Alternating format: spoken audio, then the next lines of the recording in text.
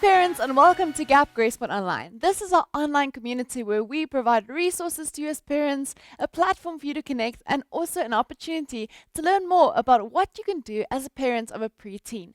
These videos are called Big Questions because we know that as a parent of a preteen or as a guardian of a preteen, you may come across times where you're going to have to answer some big questions that your preteens are asking.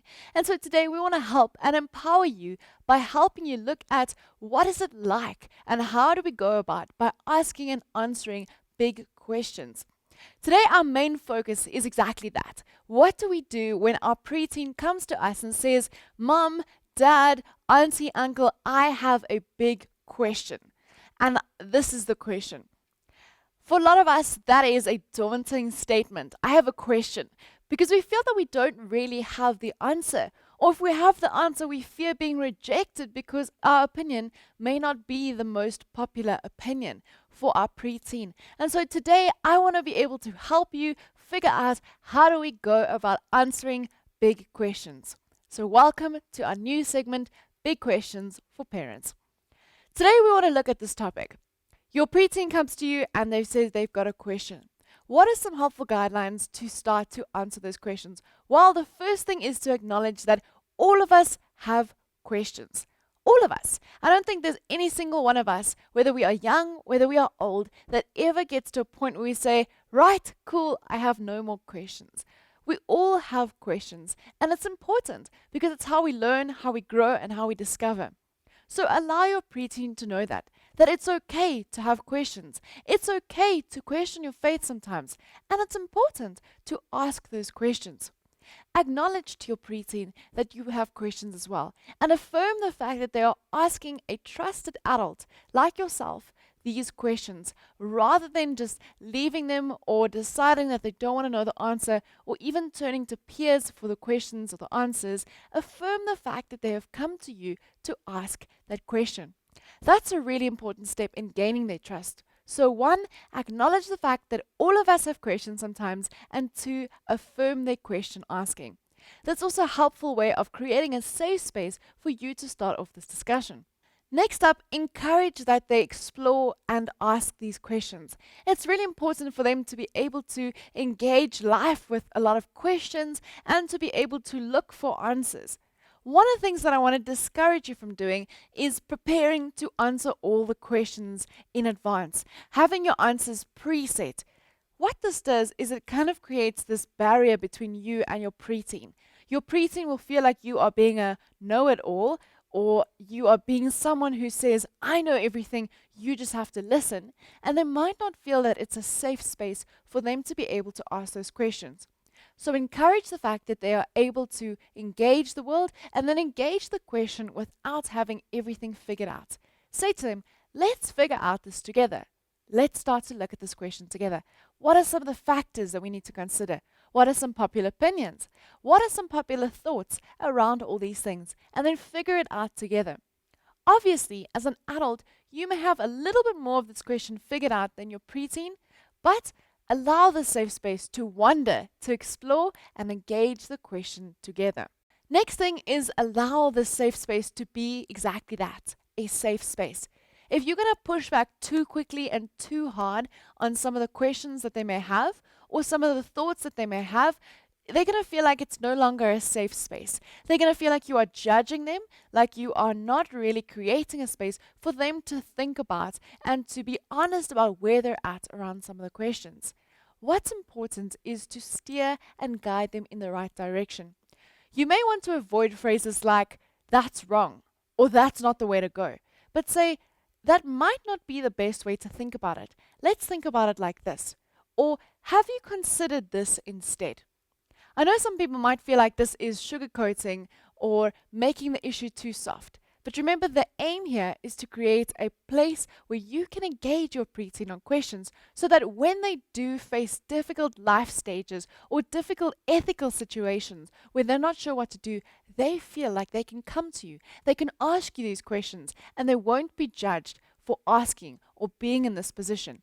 If you're going to shut down their opinions, they're not going to feel like it's a safe space, and unfortunately, they're likely never going to come to you again with a big question or with an ethical dilemma. and that space of trust has been broken. And it's very difficult to claim that back again once it's been broken. It's not impossible, but it's rather difficult. So, a couple of ground rules when discussing these points or having a preteen come to you for big question discussions. 1. Listen. Make sure that you are allowing them to have space to speak and vocalize even unprocessed thoughts. Sometimes as adults, we've thought about things for a much longer time. We've processed a lot of our thoughts or thinking and formulated them neatly into conversational topics or neatly into questions that are succinct and sound really sophisticated. Our preteens have not yet engaged the world for as long as we have, and so they may still be struggling to just try and wrap their minds around some concepts or formulate them into questions. Allow a space of them being able to be vulnerable and comfortable enough to process their thoughts with you. To say, I was thinking about this when I was thinking about that, when this happened, when that happened. Don't be like, oh, get to the point. What is your question? That's not going to be a safe space. So allow a space of wondering and openness. Secondly, remember not to have the answers all figured out. It might be helpful to think through some issues, but try to avoid preaching at your teen or your preteen, or try to avoid lecturing them. One of the biggest obstacles to preteens and teens coming to their parents for help is the fact that they would feel like they're going to be lectured, like their parents are going to give them a speech about what's right and what's wrong and what they should and shouldn't do. They're at that age where they're trying to figure out their identity, and so the worst thing for us to do is try to tell them who they should be. Instead, we should be guiding them on how to navigate these issues. Make sure, if there's faith questions, to affirm the fact that we all wonder about our faith sometimes. Be honest and open and say, I've also wondered about things sometimes. Or, that's a really good question. I wonder. This just shows that you're human too, and that they're completely normal in the fact that they're asking these questions. There's nothing weird or strange about asking these questions.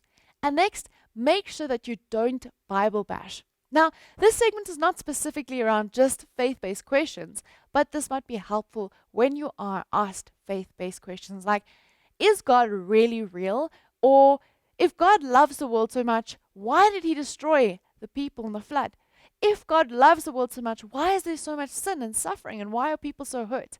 Try not to Bible bash them with scriptures or to plaster the silence with scriptures. That's not a safe space. Say, great question. Let's explore together. But it might be helpful to engage these questions a little bit before and to think through what are some possible questions that you may face so that when the question comes, you're not sent for a loop and don't know where to start. Next thing to know when you are discussing big questions is the fact that avoidance is really not going to help you. Yes, some conversations may be awkward. It may be weird to be speaking to your child, or not so much your child anymore, your preteen. It might be really weird to start discussing some more adult content with them or some more difficult topics. But the importance is avoidance is not the answer. That's kind of like not having the sex talk with your child and just hoping for the best. Or not putting boundaries in place for your toddler and hoping that they wouldn't stick their finger in a plug or hurt themselves on sharp objects. The best way is to address the topic directly and to provide a helpful framework for them to know what are some of the helpful ways of thinking about this topic. So avoidance is not the answer. Lean into the awkwardness. Acknowledge the fact that this is awkward for you as well, and not just for them. Laugh about it, joke about it, and then move on and address the topic. Thirdly, acknowledge that there are no right or wrong answers for some of the topics.